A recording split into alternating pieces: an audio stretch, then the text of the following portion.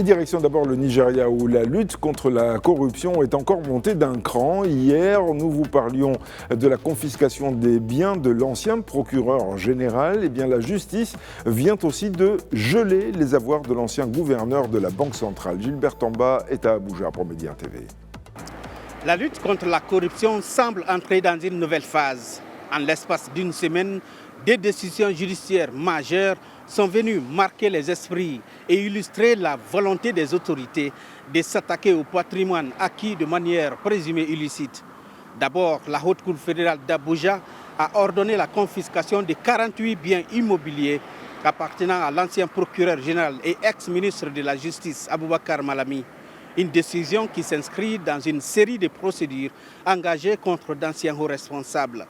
Puis c'est la Cour suprême qui a confirmé la confiscation définitive des avoirs attribués à l'ancien gouverneur de la Banque centrale du Nigeria, Godwin Emefiele. La liste est impressionnante. Plusieurs résidents, des terrains, près de 2 millions de dollars, des certificats d'action, mais aussi un vaste complexe de 753 logements dans le territoire de la capitale fédérale du Nigeria, Abuja.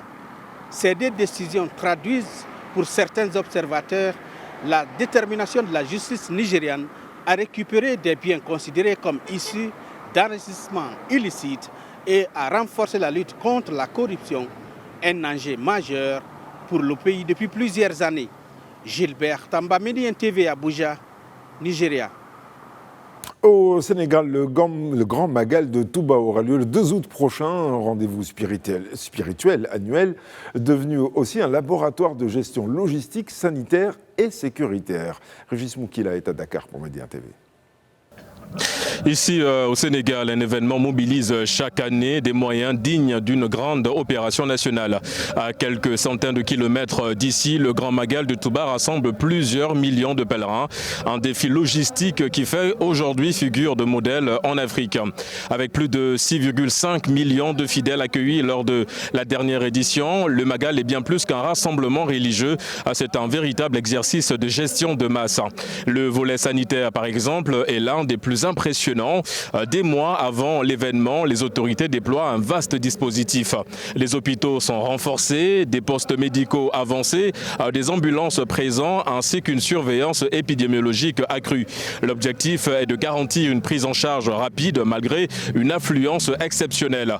Sur le terrain, les forces de sécurité assurent également la fluidité des déplacements et la protection des pèlerins. Au-delà de sa dimension spirituelle, le Grand Magal de Touba est devenu un véritable laboratoire de santé publique, de sécurité et d'organisation dont l'expérience et l'expertise pourraient inspirer d'autres grands rassemblements sur le continent. Ici à Dakar, Régis Moukila pour Média TV.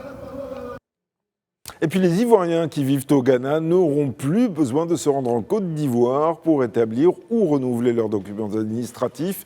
Il sera désormais possible de les établir en ligne via l'ambassade de Côte d'Ivoire à Accra. Zineb Dosso est à Abidjan pour Média TV. Les Ivoiriens résidant au Ghana pourront désormais obtenir leur carte nationale d'identité CNI et divers documents administratifs sans avoir à se rendre à Abidjan. Cette avancée portée par les autorités de Côte d'Ivoire en collaboration avec le Ghana vise à rapprocher les services administratifs des citoyens de la diaspora et alléger des démarches jusque-là coûteuses, longues et contraignantes.